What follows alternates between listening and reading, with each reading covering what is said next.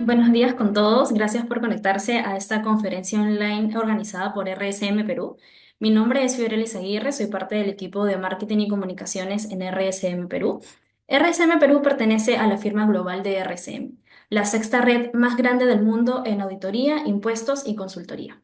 Contamos con más de 50 años de experiencia en el mercado peruano, con más de 800 oficinas alrededor del mundo, presente en más de 120 países y contamos con más de 65.000 colaboradores alrededor del mundo. Nuestro sistema de gestión de seguridad de la información está certificado con ISO 27001, lo cual refleja nuestro compromiso continuo con la seguridad de los datos de nuestros clientes, socios y colaboradores. Además, en el último ranking de Leaders League 2025, obtuvimos que nuestros auditores y asesores contables brindan un servicio recomendado, nuestro servicio de precios de transferencia es altamente recomendado y que nuestros auditores y asesores financieros brindan un servicio excelente. Nuevamente les doy la bienvenida y muchas gracias por conectarse a esta conferencia titulada ¿Estás listo para presentar tu declaración jurada 2024? En esta ponencia conocerás más sobre los principales aspectos en temas tributarios, laborales, corporativos y de precios de transferencia. Para ello nos acompañan hoy Ricardo Lazarte, quien es gerente de Tax and Legal en RSM Perú, y Ángela Arrieta, quien es especialista en precios de transferencia también en RSM Perú. Dicho esto, le doy la bienvenida a Ricardo para que pueda iniciar con su ponencia. Gracias, Fiorella, ¿cómo están? Muy buenos días con todos. Vamos a abordar los puntos que nos convocan. Muchas gracias por su asistencia. Comenzamos con la parte de aspectos tributarios. Como todos ustedes saben, en esta época de declaración jurada, el tema a tratar es presentar las adiciones, deducciones respecto a la conciliación de estados financieros, ¿no? Y el primer punto, y que nos parecía el más importante a considerar en estas épocas de préstamos y con los últimos movimientos que la Administración Tributaria está haciendo en cuanto a fiscalización es el tema de los principios de los límites de subcapitalización. Como todos ustedes saben, y para efectos tributarios, todo préstamo, los intereses vinculados con el mismo no son 100% deducibles. Hay un límite legal establecido por la norma tributaria. Es decir, yo puedo estar perfectamente endeudado como empresa para tener algún tipo de financiamiento para realizar actividades y no solamente depender de mi capital social, ¿correcto? Pero ese préstamo y los intereses que yo pago, los intereses, la norma tributaria no precisa o precisa, perdón, que el 100% no son deducibles, sino que están sujetos a un límite. Hasta el ejercicio 2020, este límite era 3 veces el patrimonio neto del ejercicio anterior, por lo cual eh, tenemos el supuesto en el cual si, por ejemplo, una empresa tenía pérdidas y tenía un financiamiento, la persona que sacaba un préstamo y estaba en pérdida debía anticipar que tributariamente ninguno de los intereses que correspondiesen a un préstamo formalmente acordado, que cumpliese con todas las disposiciones de ley, no podría tener ningún tipo de deducibilidad a esos intereses y tendrían que haber sido reparados en la DJ. Ese es un plano muy importante porque nos llegan constantemente consultas, incluso a la fecha de hoy, de clientes que no entienden por qué sus intereses son reparables, por qué esos intereses no pueden ser reducibles. Es una disposición legal. Es una disposición legal que atiende a, a, a restringir el sobreendeudamiento de la empresa. En pocas palabras, que de alguna forma promueve que las empresas procuren trabajar a través de su capital social, ¿no? Y eso es muy importante para tenerlo en cuenta en un evento. Bueno, a partir del ejercicio 2021, este límite de 3 veces el patrimonio neto cambia y actualmente el límite que es vigente es 30% del EBITDA. EBITDA que también es producto de una fórmula matemática para efectos de determinar el rendimiento de la empresa, ¿no es cierto? Y aquellos intereses que sobrepasen el 30% de este resultado tampoco podrán ser gasto deducible para la empresa. Entonces, de cara a este contexto de declaración jurada anual del 2024 que nos atañe, mucho cuidado que si ustedes tienen cuentas por pagar por concepto de préstamos y lo están considerando en su declaración, en su estado financiero cerrado, a ser declarado en la DJ 2024, tendrán que identificar haber aplicado correctamente el EBITDA y preocuparse por hacer el reparo del 70% de intereses que hayan sobrepasado, ¿no? Entonces, mucho cuidado con este punto a considerar. Eh, Siguiente, por favor.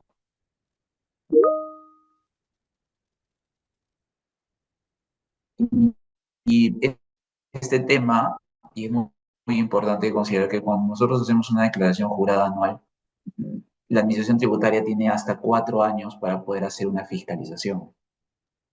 Entonces, todo lo que ustedes declaren el día de hoy, muy probablemente si no es revisado dentro de este año, tengan por seguro que dentro de los 4 años siguientes, probablemente la Administración Tributaria lo va a hacer. Y un claro ejemplo de lo que de esto es lo que está ocurriendo hace pocas semanas, que la Administración Tributaria ha comenzado a notificar con esquelas de citación. Muchos de los que nos escuchan o habrán escuchado también de parte de empresas conocidas, están siendo notificadas por la Administración Tributaria para efectos que puedan explicar la acreditación del sustento de su cálculo de su capitalización respecto a los intereses. Y precisamente lo que están en estos momentos fiscalizando es el año 2020. El 2020 tengamos en cuenta que es un año que se encuentra abierto a fiscalización hasta el 31 de diciembre de este año, ¿cierto? Entonces, mucho cuidado que lo que el día de hoy presenten tiene que tener el sustento adecuado para poder ser sustento de una eventual revisión. Siguiente, por favor. Entonces, esta esquela, como se puede advertir en el anexo que están desarrollando actualmente la Administración Tributaria, se basa precisamente en los estados financieros que presentamos a nivel de la declaración jurada anual. Entonces, el estado financiero tiene una razón de ser del que se presenta para que guarde una consistencia con lo que eventualmente nosotros guardamos de sustento. Entonces, como ustedes pueden apreciar en este detalle que hemos extraído de un ejemplo formal emitido por la Administración Tributaria, la Administración Tributaria parte de la premisa que todo lo que ustedes puedan declarar como cuenta por pagar en el balance general que se declara, constituiría todo está referido a préstamos. Claro, eso no es real, ¿cierto? Porque yo puedo tener cuentas por pagar por facturas impagas, puedo tener facturas por pagar por otro tipo de operación, pero no necesariamente a préstamos. Pero la Administración Tributaria parte de esta premisa para, a partir del cruce de información automática que tienen, eh, puedan hacer la identificación de si hay o no cuentas, posibilidades de préstamo, ¿no? Y claro, la Administración Tributaria va a entrar con aquellas empresas que en el ejercicio 2020 hayan presentado una declaración jurada anual en la cual se indique que en el balance general tengan pérdida patrimonial. Entonces, si tienen una pérdida patrimonial, la Administración Tributaria automáticamente indica no podrías tener ningún alcance para poder deducir intereses. Entonces, tienen la cuenta por pagar por concepto de préstamo, supuestamente, más tienen una pérdida patrimonial de acuerdo al balance general presentado, establecen el comparativo de esas celdas que uno llena y automáticamente la Administración Tributaria dice, me deberías haber establecido algún reparo por concepto de intereses que han sobrepasado definitivamente todos el principio de su capitalización, ¿no es cierto? Entonces, es muy importante que precisamente en esta época que hacemos la declaración, tengamos muy en cuenta qué es la información que estamos brindando, porque no necesariamente es el aspecto del gasto deducible en sí, sino todos los aspectos que están alrededor, lo que la Administración Tributaria mañana más tarde también va a considerar para ser objeto de revisión. Entonces nosotros hemos atendido a muchos de nuestros clientes a lo que agradecemos su confianza y nosotros vamos a la Administración Tributaria porque estas esquelas de citación, y mucho cuidado con eso, no son cartas inductivas. Estas esquelas de citación que el día de hoy la Administración Tributaria está practicando por temas del 2020, que también es un indicativo que todos nosotros como contribuyentes debemos tener en cuenta, que es que debemos guardar nuestra documentación eh, del 2020 está abierto hasta el 31 de diciembre de este año, por si acaso. Entonces, en cualquier momento les pueden pedir información del 2020 respecto de otros temas, ¿no es cierto? Entonces, tenemos que tener en cuenta que es muy importante tener ese recaudo de información, ¿ya? Porque la Administración Tributaria estamos viendo lo que está haciendo, ¿no? Está pidiendo información y parte de la premisa para efectos de revisión. Siguiente, por favor. Sobre el EBITDA, y precisamente que es el cálculo que el día de hoy se está realizando, hay un informe muy interesante que salió el año, el 2024, referente al tema de los límites. Y para el cálculo, la Administración Tributaria, sin entrar a mucho tema técnico, lo que está diciendo es que aquellos intereses que se consideran como no deducibles en el año anterior se excluyen del cálculo. Ese excluir del cálculo quiere decir de que al momento que ustedes hagan su cálculo de EBITDA para este 2024, restringe aún más la posibilidad de que ese EBITDA le salga mucho más bajo. Y eso que ocasiona que ese 30% que es el límite que ustedes tienen para deducir se achique. Entonces, en el pasado, les invito a la determinación de su EBITDA. Y claro, todos pueden comentar, pero Ricardo, no entiendo. O sea, si precisamente muchas empresas el día de hoy tienen un poco de estragos por la situación económica, muy pocas propiamente pueden realizar sus planes de activación con su solo capital o su sola venta. ¿Por qué la norma tributaria restringe estas posibilidades de deducir o de tomar todo el gasto por concepto de intereses que pago conforme a ley, pago utilizando los medios financieros y cumplo con todo? Bueno, porque la norma está así. La norma está así, como les repito, la norma lo que procura es que no haya sobreendeudamientos y que de alguna forma se prime la utilización de capital. Que tal vez podríamos criticar, no es un tema acorde con los tiempos, pero la norma es así. Y como ven, la Administración Tributaria ha emitido pronunciamientos que reducen incluso sobre la interpretación del límite normativo, reducen aún más el tema de la consideración de los límites por concepto de intereses deducibles, para tomar en cuenta. Siguiente, por favor. Sobre también, siguiendo el tema de intereses deducibles, pero no entrando tanto a tallar el tema de préstamos propiamente, un tema muy importante es, si ustedes tienen el día de hoy temas con no domiciliados, dígase servicios, préstamos incluidos, y lo han considerado como gasto, y no han reparado absolutamente nada en su declaración jurada anual del 2024, tienen que tomar en cuenta que desde el año 2019 en adelante ya todos los todos los conceptos de pagos en no domiciliados tienen que haber sido pagados para poder ser deducible, no basta con la sola provisión. Y este es un tema muy importante porque a la fecha nos siguen preguntando, a la fecha inclusive, clientes que consideran que aún con la sola provisión, con el sustento de la causalidad, ya tenemos un tema suficiente para considerarlo como deducible a nivel de la declaración jurada anual. Falso. El día de hoy, todo tema con no domiciliado, servicios, incluyendo obviamente un servicio de crédito que es el préstamo, tiene que ser pagado. ¿Qué significa que tiene que ser pagado? Es decir, que tiene que estar vinculado con la declaración y pago de una retención, que en la tasa general es 30%, salvo conceptos muy específicos, tiene que ser declarada a través de su PT 617. Entonces, por favor, revisen al momento de presentar su declaración jurada anual que todo aquel gasto por concepto de proveedores del exterior haya tenido su efectiva retención, salvo que ustedes sustenten de que no es una renta de fuente peruana sujeto a retención, que eso es otro tema, pero que los invitamos a que hagan el análisis para que sea coherente la deducción completa de sus pagos a proveedores no domiciliados respecto del tema del cumplimiento de las retenciones de no domiciliados en sí. Siguiente, por favor. Este tema también siempre es recurrente. ¿Qué pasa con los gastos que no tienen factura a la fecha de la declaración jurada anual? Eh, Siempre nos preguntan, Ricardo, no tengo el comprobante, pero es una empresa formal, es una empresa que me lo va a dar el comprobante, pero ahorita no lo tengo. Así que, como es un proveedor local, no es no domiciliado, no requiere el pago, yo lo voy a poner como deducible. Bueno, sobre particular, los invitamos a que tomen en cuenta este pronunciamiento de la Administración Tributaria generado en el año 2017. Es un informe que a la fecha sigue vigente. Por si acaso y para que lo tengamos en cuenta, todos los informes que se indican aquí y en general son vigentes a la fecha, y de acuerdo al Código Tributario tengan en cuenta que el informe es la única, es la única forma masiva en que la Administración Tributaria publica límites masivos, lineamientos que tienen al momento de hacer revisión. Entonces son temas muy importantes que todos ustedes deben tener en cuenta. Si tienen alguna duda sobre un tema específico, busquen informes SUNAT para saber si es que la Administración Tributaria ha emitido informes sobre el tema, ¿no?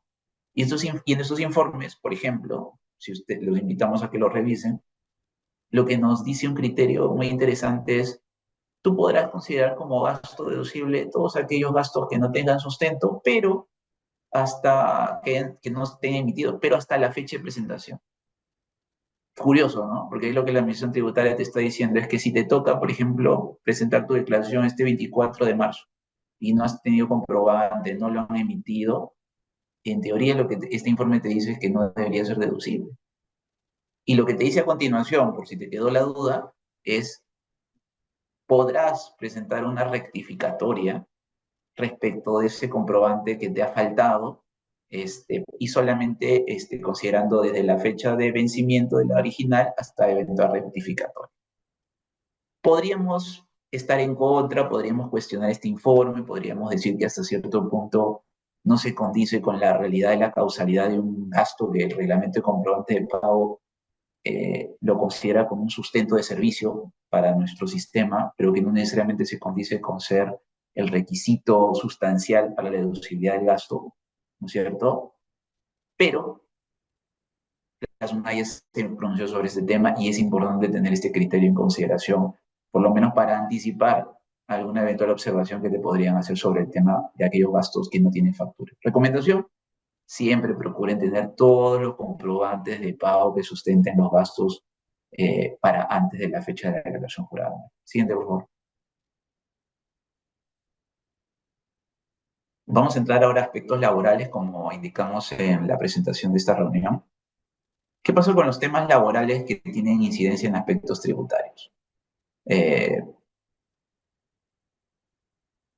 todos los aspectos societarios tienen una tangente tributaria y aquí lo que queremos es demostrar que en casos puntuales también se puede apreciar, ¿no? Por ejemplo, en la indemnización por goce de vacaciones. Todos aquellos que manejan alguna planilla saben de que toda aquella persona, sea que esté contratada a plazo indefinido o de manera modal, tienen vacaciones establecidas por ley, las cuales ascienden pues a 30 días. Ahora, y estos 30 días no es que se pueden tomar en cualquier momento, se pueden tomar dentro de un año. Una vez la persona tenga contratado un año, tiene un siguiente año para poder gozar de estas vacaciones. ¿Qué pasa si no ocurre ese goce de vacaciones dentro del año siguiente? Pues la empresa entra en una situación de incumplimiento y el trabajador, por ley laboral, tiene derecho a un pago de una indemnización. ¿Ya?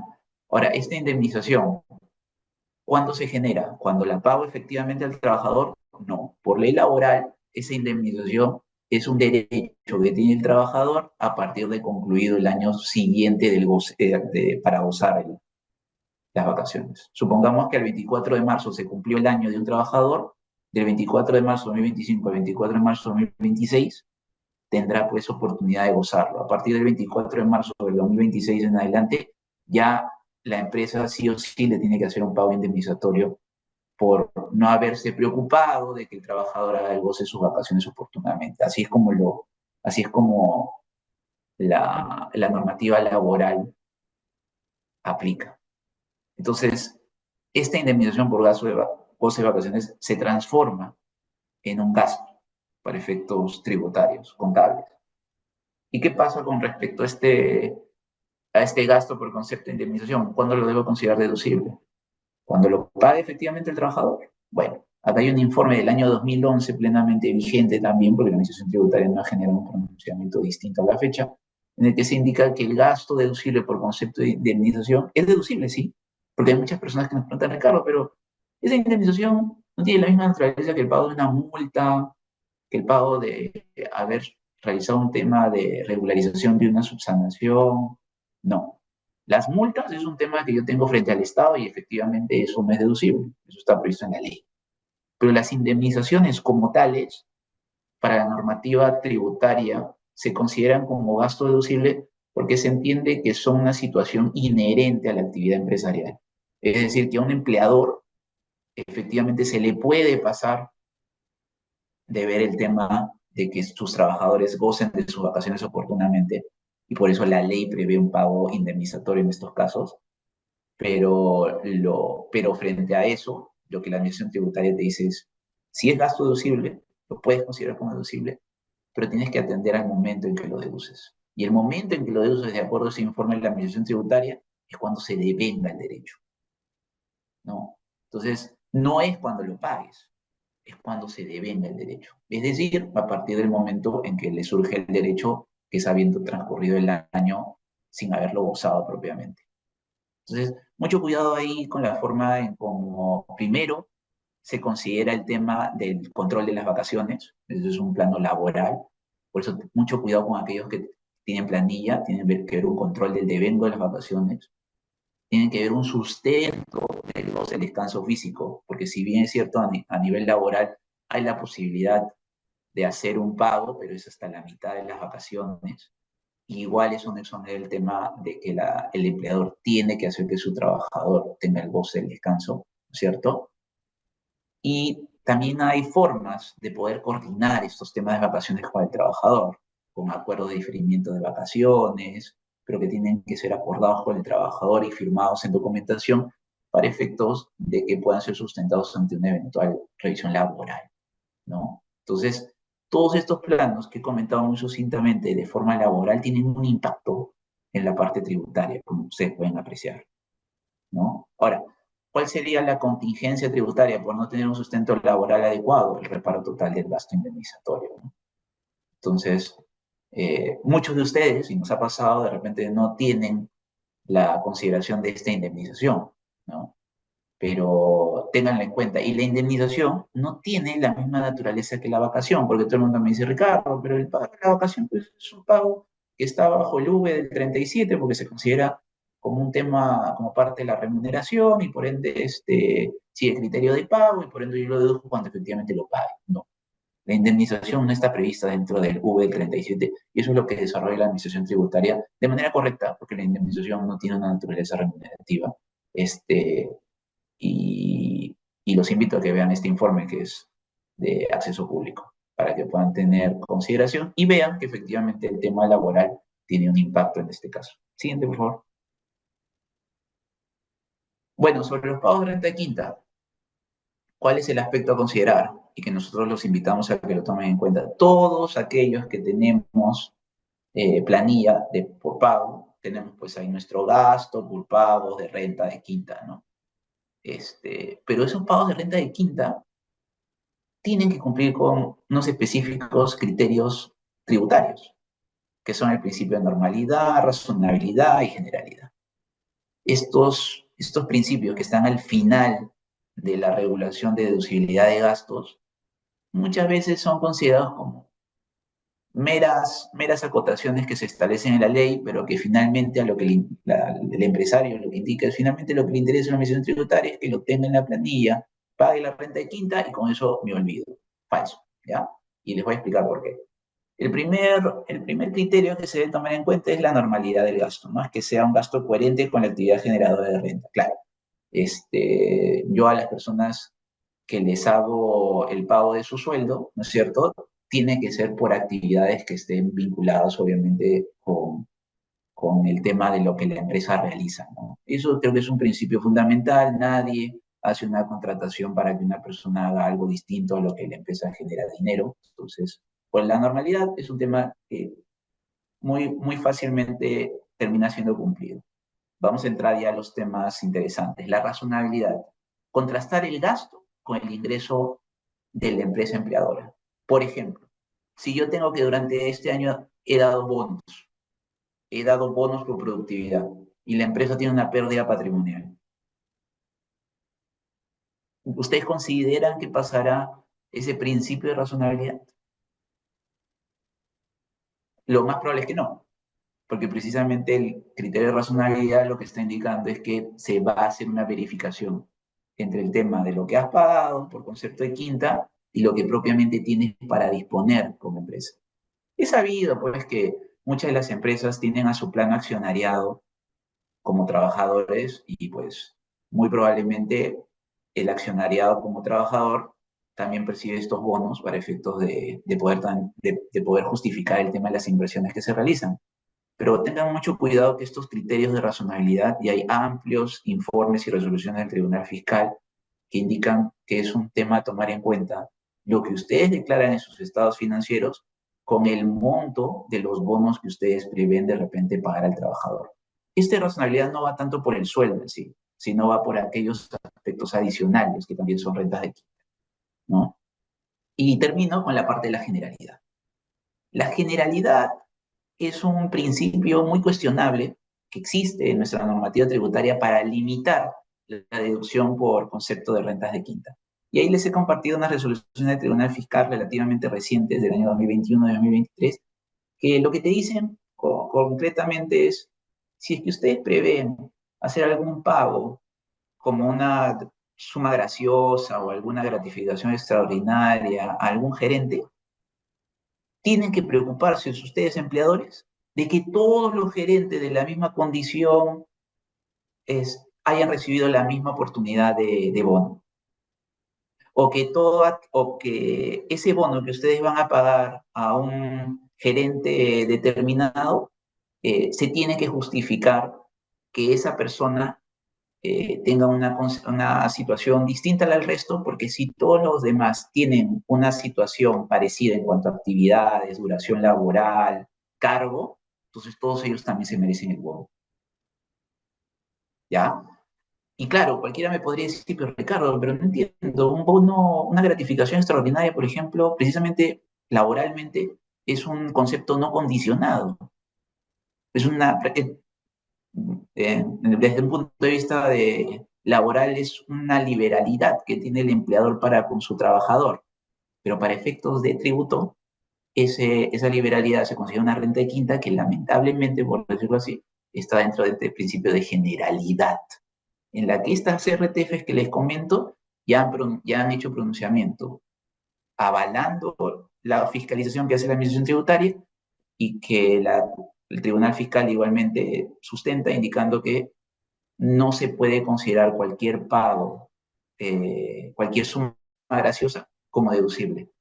Esa suma graciosa va a ser deducible siempre y cuando cumpla con los tres principios, y el de generalidad tiene que ser probado atendiendo a las características del cargo y del empleador respecto del universo de trabajadores de la empresa, para que se evidencie o que está en una situación diferente y por ende no le toca a nadie más, o si teniendo una situación igual a la de otros, esos otros también hayan tenido ese derecho.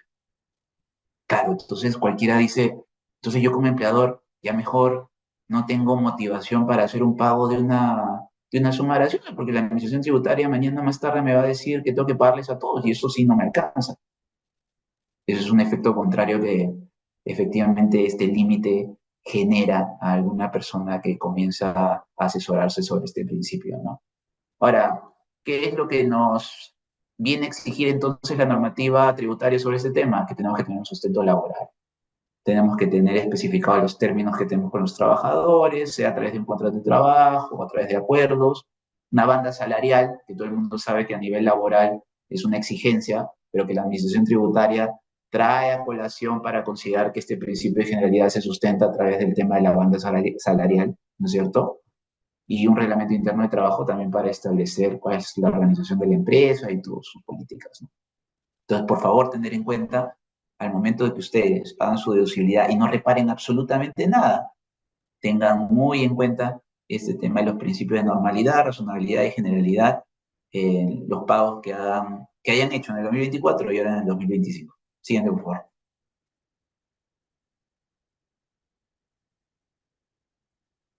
Ahora, los libros societarios.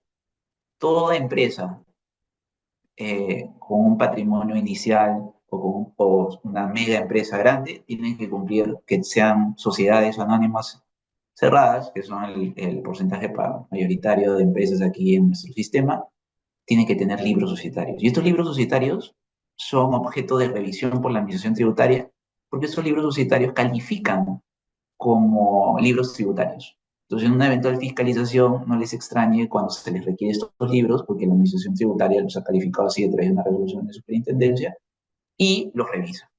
Revisa que tengan su legalización de apertura, en original, revisan de que de alguna forma se condiga la información que tienen con la que se declara.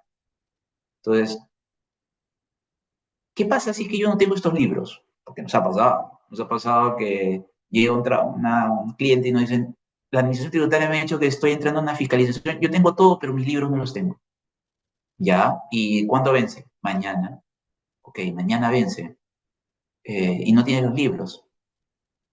Entonces, se tiene que atender a que hay una infracción por no presentar los libros en la fecha establecida por la Administración Tributaria. 0,6% de los ingresos netos. Draconiano, ¿no?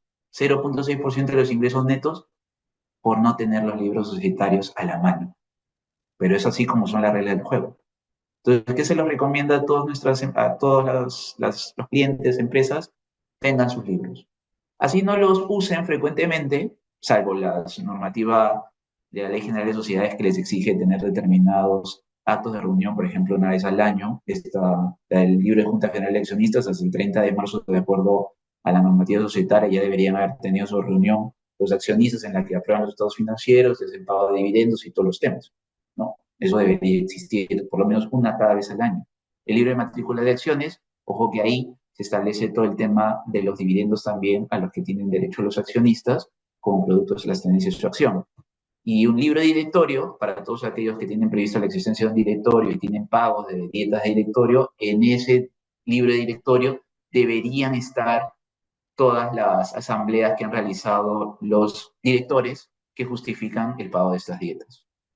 Entonces, todo tiene un sentido y estos libros deberían estar bajo una forma fácil de ser almacenados por la empresa y usados porque en cualquier momento pueden ser requeridos por la administración y tiene una multa muy grande como pueden ver. Siguiente, por favor.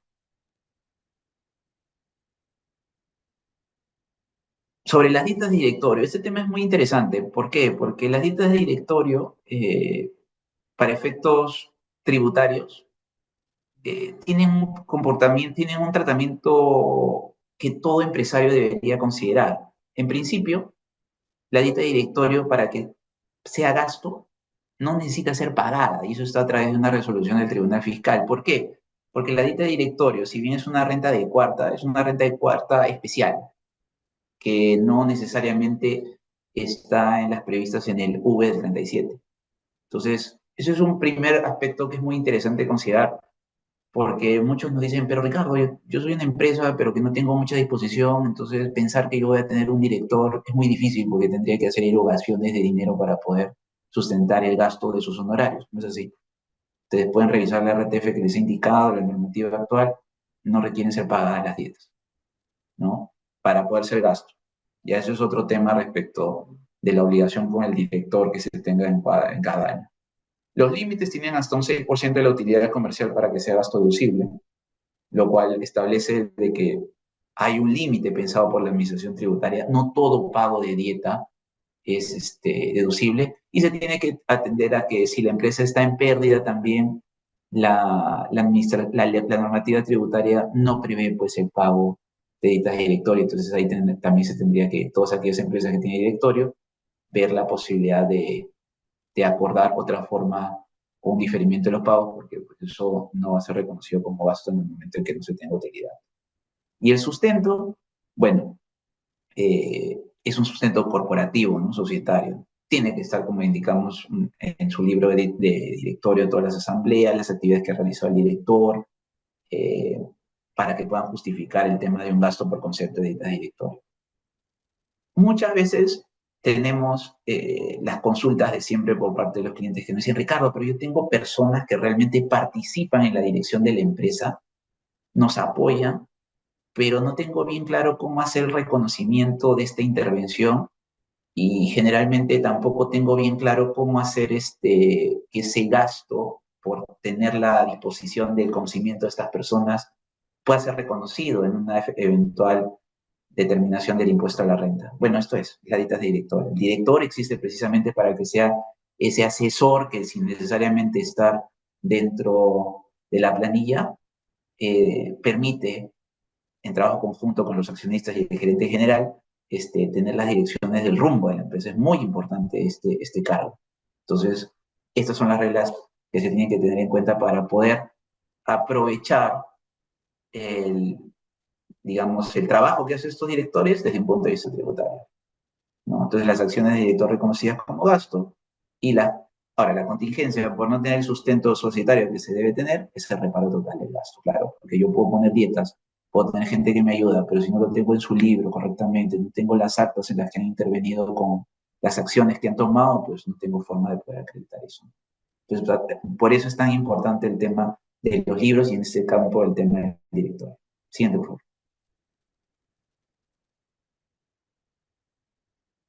Listo, y con eso yo termino y paso a darle la palabra a Ángela Arrieta, nuestra encargada de temas de precios de transferencia. Adelante, Ángela. Buenos días con todos, gracias Ricardo. Para ingresar a esta parte de precios de transferencia, primero me gustaría recalcar el hecho de que la Administración Tributaria el año pasado ha reportado más de 1.800 acciones inductivas programadas para verificar obligaciones formales y sustanciales. En este marco tenemos que revisar cuáles son los principales puntos críticos en cuanto a fiscalizaciones. Uno de los puntos importantes es los servicios recibidos de partes vinculadas y el test de beneficio. En la práctica, el año pasado, los contribuyentes que habían declarado operaciones de servicios recibidos en los reportes locales recibieron esquelas de citación por no haber consignado en el reporte local que contaban con el test de beneficio y entre otras consideraciones propias de la estructura del reporte local que debe indicar el contribuyente en relación al test de beneficio. La Administración Tributaria en esa oportunidad no solamente solicitó el análisis firmado de la explicación de por qué de la emisión, sino también la documentación de respaldo, lo que evidencia que SUNAT está verificando no solamente el cumplimiento formal, sino también la sustancia económica de estas operaciones. Podríamos pensar que aquellos contribuyentes que no están obligados a presentar el reporte local, pues en este contexto, esta ola de esquelas de citación, pues no recibieron alguna notificación de la Administración Tributaria para poder brindar esta información sobre el test de beneficios. Sin embargo, nada más alejado de la realidad, porque recordemos que el test de beneficios es la condición necesaria para la reducción del 100% de los costos y gastos que vienen de estos servicios recibidos de partes vinculadas. Es por ello que es importante recalcar que aunque vuestra compañía no esté o no supere los umbrales para presentar la declaración jurada de reporte local, es importante que se cuente con el sustento de la operación y con el test de beneficio. Otro punto importante es, como ya mencionó Ricardo, los préstamos recibidos de partes vinculadas. Se han sentado diversas resoluciones del Tribunal Fiscal para abordar este tema controvertido, específicamente centrándose en la naturaleza de la operación, ¿no? En esta disyuntiva de si se trata de un aporte de capital o de un préstamo. Asimismo, también ha habido una ola de esquelas de citación en revisión de estas operaciones de endeudamiento con partes vinculadas. Hay que prestar especial atención en cómo identificamos a las partes vinculadas de acuerdo a los criterios de vinculación expuestos en el artículo 24 del reglamento de la Ley del Impuesto a la Renta. ¿Por qué? Porque la Administración Tributaria no solamente está pidiendo información sobre los préstamos, sino también que pueda sustentar cuál es el grado de vinculación. Asimismo, a partir del 2021, nuestro país ha adoptado este método de la VICTA, alineándose con los lineamientos de la OCDE, en específico con la acción 4 del Plan BEPS. Y este cambio, digamos que representa una evolución importante, ya que pasamos de un enfoque basado en un balance a un enfoque basado en resultados económicos. Este cambio metodológico responde a esta necesidad que actualmente existe de combatir esquemas, digamos, sofisticados de planificación fiscal agresiva, donde los grupos multinacionales pueden erosionar la base imponible estructurando financiamientos, digamos, artificiales, ¿no? Que no reflejen realidad económica de las operaciones. Otro punto importante y crítico son las operaciones con activos intangibles o con países de bajo nivel de imposición, no cooperantes o regímenes fiscales preferentes. Para esto, la Administración Tributaria el año pasado también, a mediados del año pasado, adicionó al catálogo de esquemas de alto riesgo 11 nuevos esquemas para completar un total de 24. ¿Por qué es importante que nosotros estemos al tanto, revisemos estos esquemas? Porque son, digamos, alguna herramienta para identificar claramente cuáles son las estructuras potencialmente elusivas que SUNAT está monitoreando actualmente.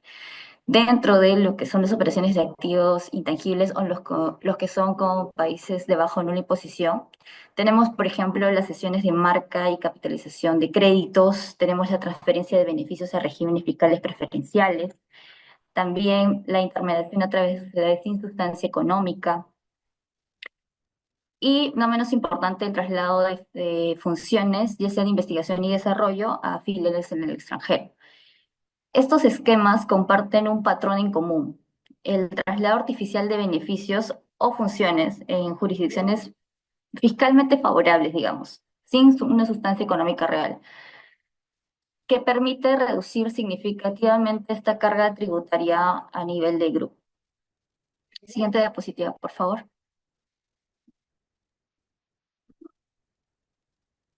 Bien. ¿Cuáles son entonces los errores comunes que debemos tener en consideración al declarar las operaciones en el ámbito de aplicación de precio de transferencia? El error más común es la inconsistencia en las declaraciones juradas y el reporte local. Tenemos tendencia a atender las declaraciones en función a cuando vencen, y eso no es lo correcto. Recordemos que el reporte local es una de las obligaciones, si bien es cierto, es una declaración jurada informativa, tiene cierta repercusión en la determinación de la base imponible, toda vez que las operaciones entre partes vinculadas o países de bajo nivel de imposición deben encontrarse a valor de mercado. Y si no se encuentran a valor de mercado, esto produce ajustes. Por ende, tiene un impacto en la base imponible. Es importante que toda esta información de las declaraciones juradas, independientemente de la fecha de vencimiento, se realicen en su conjunto. ¿Por qué? Justamente para evitar inconsistencias en las declaraciones juradas y en el reporte local. Que lo único que en lo que puede venir de pronto es en la rectificación de la declaración jurada anual del impuesto a la renta, ya que el reporte local vence en junio. Entonces, cualquier error implicaría una rectificación en la declaración jurada del impuesto a la renta, que ya es de por sí como una bandera roja para la administración tributaria. La falta de documentación de soporte adecuado. Ese es un segundo error. En realidad, nuestra normativa exige que las operaciones entre partes vinculadas estén respaldadas por evidencia que demuestre que se realizaron a valor de mercado. También los contribuyentes deben mantener documentación e información que sustente el cálculo de precios de transferencia.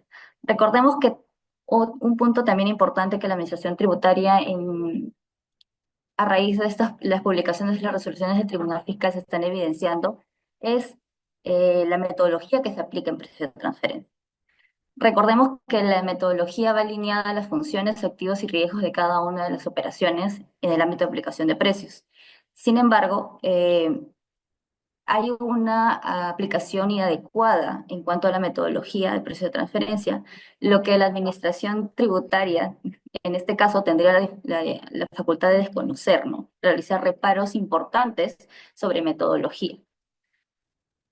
Otro punto importante son los ajustes de precio de transferencia incorrectos o no realizados. Es un error recurrente realizar incorrectamente este tipo de ajustes o simplemente omitirlos, ¿no? Sin embargo, la Administración Tributaria se encuentra nuevamente facultada para realizar esos ajustes. Ignorar esta obligación o aplicarla incorrectamente puede resultar en ajustes por parte de la Administración Tributaria, multas y consecuencias como sanciones tributarias, ¿no? Distintas sanciones tributarias. Siguiente diapositiva, por favor. Bien, entonces, hemos identificado que las empresas que mejor enfrentan este proceso son aquellas que cuentan con estrategias a tres niveles. La primera son acciones preventivas inmediatas, que te permiten identificar rápidamente cuáles son los puntos críticos, operaciones de alto valor o que de pronto no tienen consistencia documental. En segundo lugar, les recomendamos estar preparados con mecanismos flexibles para resolver contingencias específicas, como ajustes voluntarios, documentación de respaldo, que han demostrado reducir significativamente las observaciones de la administración tributaria. Finalmente, nuestra experiencia nos ha enseñado que el trabajo no termina con la presentación de la declaración jurada del impuesto a la renta o la presentación del reporte local, sino también hay que tener un enfoque post-declaración, porque eso me va a permitir poder reducir mi riesgo y posibles requerimientos futuros de la administración tributaria van a poder ser atendidos con mayor premura. Siguiente diapositiva, por favor. Ok, en esta diapositiva vamos a presentar 5 oportunidades claves de planificación fiscal que debemos implementar. La primera se enfoca en ajustar nuestros gastos financieros al límite deducible del 30% del EBITDA mediante la reestructuración de deuda o monitoreo de la proporción deuda-patrimonio. La segunda prioriza mantener actualizada toda la documentación de sustento para gastos antes del cierre del ejercicio, asegurando un respaldo para futuras fiscalizaciones. En tercer lugar, realiza la documentación de beneficios laborales, desde acuerdos de vacaciones hasta contratos y bandas salariales, evitando contingencias tributarias. Cuarto, realiza revisiones preventivas de operaciones con partes vinculadas, prepara la documentación comprobatoria y el test de beneficio para servicios de partes vinculadas. Finalmente, la quinta, busca implementar un calendario de cumplimiento fiscal eh, con actualizaciones periódicas para minimizar el riesgo de infracciones. Estas 5 estrategias que pueden ver en pantalla te van a permitir optimizar una posición fiscal y prepararte adecuadamente para posibles fiscalizaciones.